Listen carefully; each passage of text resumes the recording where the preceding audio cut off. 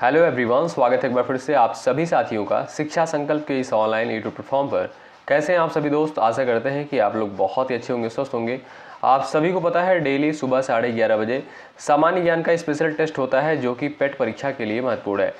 दोस्तों, हमने आपसे कहा था यदि आप लोग डेली सुबह 11:30 बजे इन सभी टेस्ट को लगा रहे हैं आपको कोई समस्या नहीं होगी, बहुत ही कंफर्टेबल फील करेंगे। क्यों? क्योंकि दोस्तों यहाँ पर जो भी प्रश्न कवर किए जा रहे हैं बिल्कुल इंपॉर्टेंट है परीक्षा के दृष्टिकोण से। आप लोग पिछले वर्ष का प्रश्न पत्र यदि उठाकर देखेंगे तो आपको जो है इसी आधार पर सवाल देखने को मिलेंगे। तो आइए शुरुआत कर लेते हैं बिना किसी देरी के। आप लोग पूरे धैर्य के साथ अंत तक बने रहिएगा और हर एक क्वेश्चन का आंसर भी देते हुए चलिएगा। पहला सवाल आपके स्क्रीन पर लग चुका है। भारत का मूल रूप संविधान किसके द्वारा जो है लिखा गया था? बताइए। बिल्कुल बेसिक सा सवाल है। सवाल नंबर फर्स्ट आप सभी साथियों को पता होना चाहिए, प्रेम बिहारी नारायण रायजादा के द्वारा जो है भारतीय संविधान को जो है लिखा गया था। बी ऑप्शन आपका दोस्तों राइट है। सवाल नंबर नेक्स्ट देखिएगा। वैदिक सभ्यता किस नदी के तट पर विकसित हुई है? गोदावरी, कावेरी, कृष्णा और आपका दिया है सरस्वती। सवाल नंबर सेकंड आपके स्क्रीन पर है। आंसर देने का सभी साथी प्रयास करें। यहाँ पर राइट आंसर आपका क्या हो जाएगा? वैदिक सभ्यता किस नदी के तट पर विकसित हुई है? सवाल पूछा गया है विभिन्न परीक्षाओं में। चलिएगा, सही उत्तर दोस्तों आपका हो जाएगा सरस्वती नदी। आप सभी दोस्त जानते होंगे वैदिक सभ्यता जो है मुख्य रूप से सरस्वती नदी के तट पर जो है विकसित हुई है। वैदिक काल में दोस्तों सरस्वती नदी को जो है सबसे पवित्र और सर्वोच्च देवी के रूप में माना जाता था। ठीक है, तो आपका यहाँ पर डी ऑप्शन बिल्कुल करेक्ट आंसर है। अगला सवाल ये रहा आपके स्क्रीन पर। निम्नलिखित में से हड़प्पा सभ्यता की खोज जो है कब हुई? बताइए। 1925 में, 27 में, 21 में और आपका दिया 1915। चलो भाई सभी लोग फटाफट आंसर देते हुए चलो, थोड़ा सा स्पीड बढ़ा के आप लोग चलिएगा, आंसर करें फटाफट भाई। यहाँ पर आपका दोस्तों राइट आंसर हो जाएगा 1921 में। आप सभी साथी जानते होंगे हड़प्पा सभ्यता की खोज जो है 1921 में जो है दयाराम साहनी के द्वारा, किसके द्वारा? दयाराम साहनी के द्वारा जो है करी गई थी। ऑप्शन नंबर आपका दोस्तों यहाँ पर थर्ड बिल्कुल राइट आंसर हो जाएगा। कभी कभी सवाल पूछता है कि मोहनजोदड़ो की खोज जो है किसके द्वारा करी गई थी? साथियों, मोहनजोदड़ो की खोज जो है 1922 में, कब? 1922 में राखल दास बनर्जी के द्वारा करी गई थी। ठीक है, इन दोनों सवालों को आप लोग याद रखिए। अगला सवाल, निम्नलिखित में से सर्वप्रथम कपास उगाने का श्रेय जो है किस सभ्यता को जाता है? बताइए। आंसर करें। मेसोपोटामिया, सिंध, फारसी और आपका दिया है मिस्र की सभ्यता। निम्नलिखित में से सर्वप्रथम कपास उगाने का श्रेय जो है किस सभ्यता को जाता है? बताएं दोस्तों। यहाँ पर जो है आपका बी ऑप्शन करेक्ट हो जाएगा, सिंधु। ठीक है, आप सभी दोस्त जानते होंगे सिंधु घाटी सभ्यता के लोग जो है सबसे पहले कपास उगाते थे और उसका वस्त्र बनाते थे। ठीक है, तो आपका बी ऑप्शन यहाँ पर बिल्कुल राइट आंसर हो जाएगा। सर्वप्रथम कपास उगाने का श्रेय किस सभ्यता के लोगों को जाता है? सिंधु घाटी सभ्यता के लोगों को। बी ऑप्शन आपका राइट है। अगला सवाल, इनमें से सिंधु घाटी सभ्यता के लोगों का मुख्य भोजन क्या था? बताइए। सभी लोग आंसर करें भाई। चावल और गेहूं दिया है, चावल और जौ, गेहूं और जौ। बताएं। सवाल नंबर 5 का आंसर करें सब लोग। और एक बार सभी लोग सेशन को शेयर कर दें और लाइक की संख्या बढ़ाते चले आप लोग। ठीक है साथियों, इससे हमारा भी मोटिवेशन बढ़ता है। आपका कर्तव्य बनता है सेशन को ज़रूर से ज़रूर लाइक करें। इनमें से सिंधु घाटी सभ्यता के लोगों का जो है मुख्य भोजन क्या था? गेहूं और जौ। आपका डी ऑप्शन बिल्कुल करेक्ट आंसर हो जाएगा। डी ऑप्शन बिल्कुल राइट आंसर है। अगला सवाल, घोड़े के अवशेष से सिंधु घाटी सभ्यता में जो है कहाँ से मिलते हैं? बताइए। मोस्ट इंपॉर्टेंट सवाल है ये। घोड़े के अवशेष जो है सिंधु घाटी सभ्यता के किस स्थल से कहाँ से प्राप्त होते हैं? बताइए। लोथल से, कालीबंगा से, सुरकोटदा से, बनावली से। आप सभी साथियों का आंसर आना चाहिए। चलो भाई आंसर करिएगा। आपका जो सही उत्तर हो जाएगा दोस्तों सुरकोटदा। ऑप्शन नंबर थर्ड जो है बिल्कुल राइट आंसर हो जाएगा। आप सभी जानते होंगे, पढ़े होंगे, गुजरात के सुरकोटदा स्थल से साथियों घोड़े की हड्डियां मिलती हैं। क्या? घोड़े की अस्थियां जो है यहीं से प्राप्त होती हैं और यह सिद्ध करता है कि घोड़ा जो है वहां मौजूद था। ठीक है, तो आपका यहां पर जो है थर्ड ऑप्शन बिल्कुल राइट आंसर होगा। अगला सवाल, लाहो किस राज्य की नृत्य शैली है? बताइए। आंसर करें सब लोग। लाहो जो है किस राज्य की नृत्य शैली है? मणिपुर, सिक्किम, मेघालय और आपका दिया है केरल। सही उत्तर क्या हो जाएगा? सवाल नंबर 7 का सही उत्तर दोस्तों हो जाएगा आपका, याद रखिएगा, आपका सही आंसर हो जाएगा मेघालय। ऑप्शन थर्ड बिल्कुल राइट आंसर हो जाएगा। साथियों, यह जो है जयंतिया जनजाति का प्रसिद्ध नृत्य है। ठीक है, ये जो लाहो दोस्तों है ये क्या है? एक प्रकार का नृत्य है और मेघालय में पाई जाने वाली एक जनजाति है जिसका नाम है क्या? जयंतिया। तो जयंतिया जनजाति का जो है एक प्रसिद्ध आप कह सकते हो नृत्य है लाहो। ठीक है, अगला सवाल, कृषि पर आधारित धार्मिक नुआखाई त्योहार निम्नलिखित में से किस राज्य में मनाया जाता है? बताइए, आंसर करें सब लोग यहाँ पर। सही उत्तर क्या हो जाएगा? नुआखाई त्योहार निम्नलिखित में से किस राज्य में मनाया जाता है? उड़ीसा में। कहाँ भाई? उड़ीसा में। ऑप्शन नंबर बी करेक्ट हो जाएगा। उड़ीसा की राजधानी दोस्तों क्या है? भुवनेश्वर है। अगला सवाल ये रहा, तमिलनाडु, यहाँ पर देखिएगा सवाल नंबर आपका 9 दिया है, निम्नलिखित में से किसने जो है इन कस्टडी उपन्यास लिखा है? बताइए, इन कस्टडी उपन्यास जो है किसके द्वारा लिखा गया है? आंसर करें सब लोग। चलिए भाई, अनीता देसाई, और आपका यहाँ पर 4 ऑप्शन दिया गया, सब लोग आंसर करें। चलिए फटाफट आंसर करिएगा आप लोग। इन कस्टडी उपन्यास जो है किसके द्वारा लिखा गया है? साथियों ये जो है इन कस्टडी, ये एक अंग्रेजी उपन्यास है। क्या भाई? एक अंग्रेजी उपन्यास है, और इसकी लेखिका कौन है? अनीता देसाई है। ऑप्शन थर्ड आपका बिल्कुल राइट आंसर है। अगला सवाल ये रहा, भारत का सबसे ऊंचा बांध कौन सा है? सवाल नंबर 10 है। आंसर फटाफट कर दो भाई। चलिए, भारत का जो है सबसे ऊंचा बांध जो है कौन सा है? तो वो है दोस्तों आपका टिहरी बांध। कौन सा? टिहरी बांध जो है भारत का सबसे ऊंचा बांध है, और ये कहाँ पर है दोस्तों? उत्तराखंड में है। और किस नदी पर है दोस्तों? ये भागीरथी नदी पर है, और इसकी ऊंचाई लगभग कितनी है? 260 मीटर। ठीक है, इसकी लगभग ऊंचाई। ठीक है, याद रखिए। अगला सवाल, वित्त आयोग की स्थापना कब हुई? बताइएगा। सवाल नंबर 11 का आंसर करें। वित्त आयोग की स्थापना जो है कब होती है? सब लोग आंसर करिएगा। चलिए, वित्त आयोग की स्थापना कब होती है? सब लोग आंसर करें। 6 अप्रैल 1950 को, 22 नवंबर 1951 को, 1 जनवरी 1952 को, 6 अप्रैल 1952 को। आपका सही उत्तर दोस्तों क्या हो जाएगा? बताओ। चलिए भाई, आंसर देने का सब लोग प्रयास करें। आपका सही उत्तर क्या हो जाएगा? बताइएगा, बताएं। 22 नवंबर 1951 को। कब? 22 नवंबर 1951 को जो है वित्त आयोग की दोस्तों स्थापना हुई। ऑप्शन नंबर आपका यहाँ पर बी बिल्कुल राइट हो जाएगा। ठीक है भाई, आगे बढ़ते हैं। अगला सवाल ये रहा, अग्निशमन के लिए हम किसका प्रयोग करते हैं? Hydrogen, carbon monoxide, carbon dioxide, marsh gas. बताइएगा, सही उत्तर क्या हो जाएगा? सभी लोग आंसर करें। अग्निशमन के लिए जो है हम किसका प्रयोग करते हैं? चलिए, सही उत्तर दोस्तों क्या हो जाएगा? Carbon dioxide. ठीक है, ऑप्शन नंबर आपका जो CO2 दिया है बिल्कुल राइट आंसर हो जाएगा। ऑप्शन नंबर थर्ड बिल्कुल करेक्ट आंसर हो जाएगा। आप सभी दोस्त जानते होंगे आग बुझाने के लिए जो है कार्बन डाइऑक्साइड का प्रयोग किया जाता है। ऑप्शन थर्ड बिल्कुल राइट है। अगला सवाल, भौतिक शास्त्र में नोबेल पुरस्कार जीतने वाले प्रथम भारतीय व्यक्ति कौन थे? बताइए। सवाल नंबर 13 का आंसर करिए। भौतिक शास्त्र में नोबेल पुरस्कार जीतने वाले प्रथम भारतीय व्यक्ति कौन थे? CV रमन थे। कौन भाई? CV रमन, और इन्होंने जो है रमन प्रभाव की खोज करी थी। ऑप्शन डी करेक्ट है। अगला सवाल, अंतरिक्ष में जाने वाले प्रथम भारतीय व्यक्ति का नाम बताइए। सवाल नंबर 14 का आंसर करें। चलिए, अंतरिक्ष में जाने वाले प्रथम भारतीय व्यक्ति का नाम बताइए।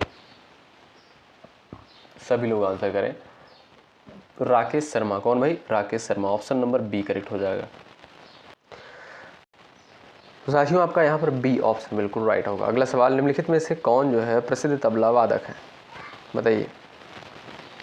प्रसिद्ध तबला वादक जो है कौन थे? हरिप्रसाद, भीमसेन जोशी, अल्लाह रखा, TN कृष्णन। 4 ऑप्शन आपके सामने दिए गए हैं, आप सभी साथी आंसर दे दो। निम्नलिखित में से कौन जो है प्रसिद्ध तबला वादक है? राइट आंसर दोस्तों आपका क्या हो जाएगा? अल्लाह रखा। कौन? ऑप्शन थर्ड जो दिया है बिल्कुल सही उत्तर हो जाएगा आपका। अगला सवाल ये रहा, कौन सा साहित्य संगम साहित्य के रूप में प्रसिद्ध है? कौन सा साहित्य जो है संगम साहित्य के रूप में जो है फेमस है? आप लोग बताओ, आंसर करो फटाफट आप लोग। चलिए भाई, सही उत्तर दोस्तों आपका क्या हो जाएगा? वो है बिल्कुल आपका राइट आंसर। क्या भाई? तमिल साहित्य। ऑप्शन नंबर ए जो है बिल्कुल करेक्ट आंसर हो जाएगा। संगम साहित्य के रूप में जो है तमिल साहित्य फेमस है। अगला सवाल, पहली बार भारत पर आक्रमण करने वाला मुस्लिम कौन था? बताइए, आंसर कर दो फटाफट। पहली बार भारत पर आक्रमण करने वाला मुस्लिम कौन था? चलिए, सही आंसर दोस्तों क्या हो जाएगा? आप सभी को पता होगा भाई, अगर आपने लूसेंट थोड़ा बहुत पढ़ा होगा, Muhammad bin Qasim. Option number B correct हो जाएगा। 712 में। कब? 712 में जो है पहली बार अगर आपसे पूछे कि किस मुस्लिम ने जो है आक्रमण किया था, तो मोहम्मद बिन कासिम ने। कब किया था? 712 ईस्वी में। ठीक है, तो आपका बी ऑप्शन राइट हो जाएगा। ये रहा आपका अगला सवाल, संविधान सभा की अल्पसंख्यकों की उप समिति के अध्यक्ष का नाम बताइए। चलिए भाई, संविधान सभा की अल्पसंख्यकों की उप समिति के अध्यक्ष का नाम बताइए। आपका सही उत्तर क्या हो जाएगा दोस्तों? सही उत्तर क्या हो जाएगा? एच.सी. मुखर्जी। कौन भाई? एच.सी. मुखर्जी। ऑप्शन यहाँ पर 4 आपका थर्ड जो दिया है बिल्कुल राइट आंसर होगा। निम्नलिखित में से कौन सी नदी जो है विषुवत रेखा को 2 बार काटती है? बताइए सही उत्तर क्या हो जाएगा? आप लोग बताओ, फटाफट आंसर देने का प्रयास करो। निम्नलिखित में से कौन सी नदी विषुवत रेखा को 2 बार पार करती है? अमेजन, नील, कांगो, नाइजर। आपका सही उत्तर दोस्तों क्या हो जाएगा? आप लोग बता दो, प्रयास करो आंसर देने के लिए। चलिए, आपका सही उत्तर दोस्तों क्या हो जाएगा? बताओ। वो है दोस्तों आपकी अफ्रीका की जो है कांगो नदी। कहाँ की? अफ्रीका की कांगो नदी है। ऑप्शन थर्ड आपका राइट है। अगला सवाल, भारतीय अर्थव्यवस्था का मेरुदंड कौन सा क्षेत्र है? सेवा क्षेत्र, वित्तीय क्षेत्र, पर्यटन क्षेत्र और आपका है कृषि क्षेत्र। सभी लोग भाई सेशन को एक बार लाइक कर दें, शेयर कर दें, ठीक है। अगर आप लोग टेलीग्राम चैनल से नहीं जुड़े हैं, टेलीग्राम चैनल से भी आप लोग जुड़ जाइएगा, डिस्क्रिप्शन बॉक्स में लिंक दे दिया गया है। तो भारतीय अर्थव्यवस्था का मेरुदंड जो है कौन सा क्षेत्र होता है? आप लोग बता दो, आंसर कर दो, सभी को पता होगा, बिल्कुल बेसिक सा सवाल है। तो वो है दोस्तों आपका कृषि क्षेत्र। ऑप्शन नंबर डी बिल्कुल राइट आंसर हो जाएगा। ठीक, अगला सवाल ये रहा, भारत की पंचवर्षीय योजना प्रणाली को रूप से यहाँ पर देखिएगा दिया गया है, भारत की पंचवर्षीय योजना प्रणाली को रूस से अपनाया गया था, ठीक है। उस रूसी नेता का क्या नाम है जिसने पहली बार रूस में पंचवर्षीय योजना के दृष्टिकोण को लागू किया था? बताइए साथियों, अगर आपसे पूछे कि पंचवर्षीय योजना प्रणाली जो है कहाँ से, किस देश से अपनाई गई है, तो आप कहोगे सर रूस से ली गई है, ठीक है। बड़ा इंपॉर्टेंट पॉइंट बनता है पेपर के लिए। तो बताइए आपका राइट आंसर इस सवाल के लिए क्या हो जाएगा? चलिए, सभी का आंसर आना चाहिए। आपका राइट आंसर हो जाएगा जोसेफ स्टालिन। ए ऑप्शन बिल्कुल राइट आंसर है। अगला सवाल ये रहा, स्टेनलेस स्टील किन अवयवों का मिश्रण है? बताइए, सभी लोग आंसर करें आप लोग। स्टेनलेस स्टील किन अवयवों का मिश्रण होता है? आपका सही उत्तर दोस्तों क्या हो जाएगा? बताओ, सही उत्तर क्या हो जाएगा? बताओ, फटाफट आंसर दे दो। तो आपका राइट आंसर यहाँ पर हो जाएगा लोहा, निकेल और क्रोमियम, ठीक है। इन तीनों अवयवों का मिश्रण होता है स्टेनलेस स्टील। ऑप्शन आपका थर्ड जो है बिल्कुल राइट आंसर हो जाएगा। साथियों, ये जो धातु होती है ये जो है आप कह सकते हो जंग रोधी होती है, रस्ट प्रूफ होती है, ठीक है। आपका यहाँ पर थर्ड ऑप्शन बिल्कुल राइट आंसर हो जाएगा। आप देखते होंगे जो स्टेनलेस स्टील होता है उसमें जो है जंग नहीं लगता है, ठीक है। अगला सवाल ये देखिए, प्रत्येक गुर्दे में बड़ी संख्या में निस्पंदन इकाइयाँ पाई जाती हैं जिन्हें किस नाम से जाना जाता है? बताइए। चलिए भाई, प्रत्येक गुर्दे में बड़ी संख्या में निस्पंदन इकाइयाँ पाई जाती हैं जिन्हें किस नाम से जानते हैं? न्यूरॉन्स, नेफ्रॉन और ग्लैमरुलस, और उसके बाद दिया है यूरेटर। सवाल नंबर 23 का राइट आंसर क्या हो जाएगा? नेफ्रॉन। ऑप्शन नंबर बी बिल्कुल राइट आंसर होगा। अगला सवाल ये रहा, एंडीज पर्वतमाला की सबसे ऊंची चोटी कौन सी है? बताएं। चलिए, एंडीज पर्वतमाला की सबसे ऊंची चोटी का नाम बताइए आप लोग। सही उत्तर क्या हो जाएगा? आप लोग सभी साथी प्रयास करो। तो वो है दोस्तों एकांगुआ। कौन भाई? एकांगुआ है। ऑप्शन नंबर सेकंड यहाँ पर बिल्कुल राइट आंसर हो जाएगा। इसकी ऊंचाई लगभग कितनी है दोस्तों? 6,962 मीटर। कितनी? 6,962 मीटर लगभग जो है इसकी ऊंचाई है एकांगुआ की। तो एंडीज पर्वतमाला की जो है सबसे ऊंची चोटी है। केंद्रीय खाद्य शोध केंद्र कहाँ पर स्थित है? बताइए। चलो भाई आंसर करो। केंद्रीय खाद्य शोध केंद्र कहाँ पर स्थित है? नई दिल्ली में, हैदराबाद में, मैसूर में और आपका दी है भोपाल। आपका सही उत्तर क्या हो जाएगा? आप लोग बताओ। चलिएगा, central food technological research institute यानी केंद्रीय खाद्य शोध केंद्र जो है ये आपका मैसूर में स्थित है। ऑप्शन आपका दोस्तों थर्ड बिल्कुल राइट आंसर है। प्रोटीन का पाचन अंतिम रूप से कहाँ पर होता है? बताइए, सभी लोग बताओ। प्रोटीन का पाचन जो है अंतिम रूप से कहाँ पर होता है? आमाशय, छोटी आंत, बड़ी आंत और आपका दिया है ग्रहणी। तो जो सही उत्तर हो जाएगा दोस्तों छोटी आंत में। ऑप्शन सेकंड आपका यहाँ पर बिल्कुल राइट आंसर हो जाएगा, ठीक है। ऑप्शन सेकंड यहाँ पर बिल्कुल करेक्ट आंसर हो जाएगा। अगला सवाल ये रहा, विश्व मधुमेह दिवस जो है कब मनाया जाता है? सवाल नंबर 27 का आंसर करें आप लोग। विश्व मधुमेह दिवस जो है कब मनाया जाता है? 14 नवंबर को, 4 दिसंबर को, 12 जनवरी को, 1 सितंबर को। सवाल नंबर 27 है आपका जो सही उत्तर हो जाएगा दोस्तों, प्रत्येक वर्ष जो है 14 नवंबर को। कब? 14 नवंबर को विश्व महिला दिवस के रूप में मनाते हैं। ए ऑप्शन आपका बिल्कुल राइट आंसर हो जाएगा। इनमें से कौन सा भारत में पंचायती राज की 3 स्तरीय प्रणाली में एक अंतर नहीं है? पंचायत समिति, ग्राम पंचायत, जिला परिषद, नगर परिषद, बताइए। चलिएगा, सभी लोग बताएं। साथियों, आप लोग जानते होंगे नगर परिषद जो होता है ये आपका शहरी क्षेत्र में होता है। क्या भाई? नगर परिषद आपका जो होता है ये आपका शहरी क्षेत्र में होता है, ठीक है। और ये जो आपका पंचायत समिति हो गया, ग्राम पंचायत, जिला परिषद, ये आपका जो है आप कह सकते हो ग्रामीण स्तर पर होता है। तो यहाँ पर डी ऑप्शन बिल्कुल राइट आंसर है। अगला सवाल ये रहा, अभिज्ञान शाकुंतलम पुस्तक के लेखक कौन है? बताइए। तुलसीदास, सूरदास, कालिदास और आपका दिया है रविदास। चलिए आंसर करें सवाल नंबर 29 का। अभिज्ञान शाकुंतलम पुस्तक के राइटर कौन है? वो है दोस्तों कालिदास। ऑप्शन नंबर यहाँ पर 3 बिल्कुल राइट आंसर हो जाएगा, ठीक है। चलिए अगला सवाल ये रहा, भारतीय भाषाओं की रक्षा व विकास हेतु हिंदुस्तानी अकादमी की स्थापना की गई है? बताइए। आगरा में, वाराणसी में, लखनऊ में, प्रयागराज में। भारतीय भाषाओं की रक्षा व विकास हेतु हिंदुस्तान अकादमी की स्थापना जो है की गई है। कहाँ पर इसकी स्थापना दोस्तों? 1927 में करी गई। कहाँ पर? प्रयागराज में। कहाँ पर भाई? प्रयागराज में। ऑप्शन नंबर डी आपका बिल्कुल राइट आंसर होगा। ये रहा आपका अगला सवाल, निम्न में से किस फसल का उत्तर प्रदेश में भारत में सर्व प्रमुख उत्पादक है? ज्वार, मक्का, चना, गेहूँ, बताइए। निम्न में से किस फसल का उत्तर प्रदेश भारत में जो है सर्व प्रमुख उत्पादक है? आपका सही उत्तर क्या हो जाएगा, बताओ।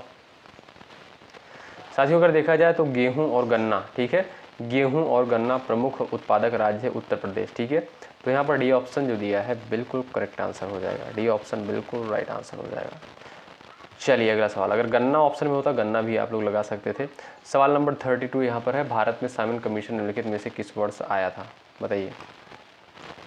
आंसर करो। भारत में जो है साइमन कमीशन निम्नलिखित में से किस वर्ष आया? सही उत्तर हो जाएगा दोस्तों 1928 में। ऑप्शन नंबर आपका डी बिल्कुल राइट आंसर हो जाएगा। चलिए अगला सवाल ये रहा आपकी स्क्रीन पर, निम्नलिखित में से कौन सा पशु जो है वैदिक भारत में अश्वमेघ अनुष्ठान से संबंधित था? हाथी, घोड़ा, बकरा, बैल। सभी को पता होगा भाई, अश्वमेघ यज्ञ का नाम आपने सुना होगा। चलिए भाई, इसमें जो है कौन सा पशु शामिल होता था? तो वो है दोस्तों आपका घोड़ा, ठीक है। घोड़ा जो है शामिल होता था। ऑप्शन नंबर बी आपका राइट। अगला सवाल, निम्नलिखित में से कौन सा शिलालेख सुदर्शन झील नामक झील का पुनरुद्धार कार्य किए जाने का वर्णन करता है? बताइए। चलिए, मुझे लगता है कि बहुत कम लोग इस क्वेश्चन का आंसर दे पाएंगे। क्यों भाई? निम्नलिखित में से कौन सा शिलालेख सुदर्शन झील नामक झील का पुनरुद्धार कार्य किए जाने का वर्णन करता है? तो वो है दोस्तों आपका क्या भाई? आपका सही उत्तर क्या हो जाएगा, एक बार बताओ। वो राइट आंसर हो जाएगा आपका रुद्र दमन का जूनागढ़ अभिलेख, ठीक है। ऑप्शन नंबर 1 करेक्ट हो जाएगा। अगला सवाल, इब्न बतूता जो है भारत कब आया? बताइए। 35 का आंसर करिए आप लोग। इब्न बतूता जो है भारत कब आया? चलिएगा सभी लोग बताएं, इब्न बतूता भारत कब आया? चलिए भाई, सही उत्तर दोस्तों क्या हो जाएगा आपका? आप लोग प्रयास करो। सही उत्तर हो जाएगा आपका 1333 में। ऑप्शन नंबर बी जो दिया है बिल्कुल करेक्ट आंसर हो जाएगा, ठीक है। ऑप्शन बी आपका करेक्ट हो जाएगा। और ये दोस्तों कहाँ का था? ये मोरक्को का था। कहाँ का? मोरक्को का। अगला सवाल, झीलों के अध्ययन को क्या कहा जाता है? बताइए। झीलों के अध्ययन को जो है क्या कहा जाता है? बता दो, फटाफट आंसर कर दो। चलिएगा, बड़ा इंपॉर्टेंट सवाल है परीक्षा के दृष्टिकोण से। आपका राइट आंसर हो जाएगा यहाँ पर लिम्नोलॉजी, ठीक है। झीलों के अध्ययन को क्या कहा जाता है? लिम्नोलॉजी। ऑप्शन नंबर ए बिल्कुल राइट आंसर है। रबी की फसल की बुआई जो है किस समय अवधि में होता है? बताओ।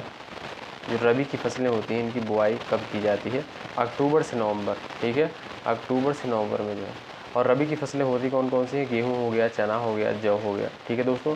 और ये जो सर्दी के महीने में बोई जाती हैं, सर्दी के महीने में बोई जाती हैं। समवर्ती सूची में कितने विषय हैं? बताइए। सभी लोग आंसर करें। समवर्ती सूची में कितने विषय हैं? 38 का राइट आंसर क्या हो जाएगा? आप लोग बता दो, फटाफट आंसर कर दो। यहाँ पर सही उत्तर आपका क्या हो जाएगा, बताओ। चलिए, समवर्ती में सूची में दोस्तों लगभग 52 विषय का उल्लेख किया गया है। ए ऑप्शन आपका राइट आंसर हो जाएगा। अगला सवाल, राष्ट्रीय महत्व की स्मारक की सुरक्षा रख रखाव भारतीय संविधान के किस अनुच्छेद में है? बताइए।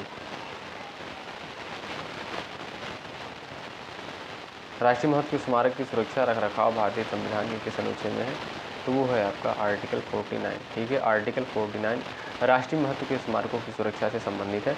ऑप्शन नंबर आपका यहाँ पर बी बिल्कुल राइट आंसर होगा। अगला सवाल ये रहा, वुड डिस्पैच शिक्षा सुधार आयोग भारत में जो है किस वर्ष आया? सवाल नंबर 40 का आंसर करिएगा आप लोग।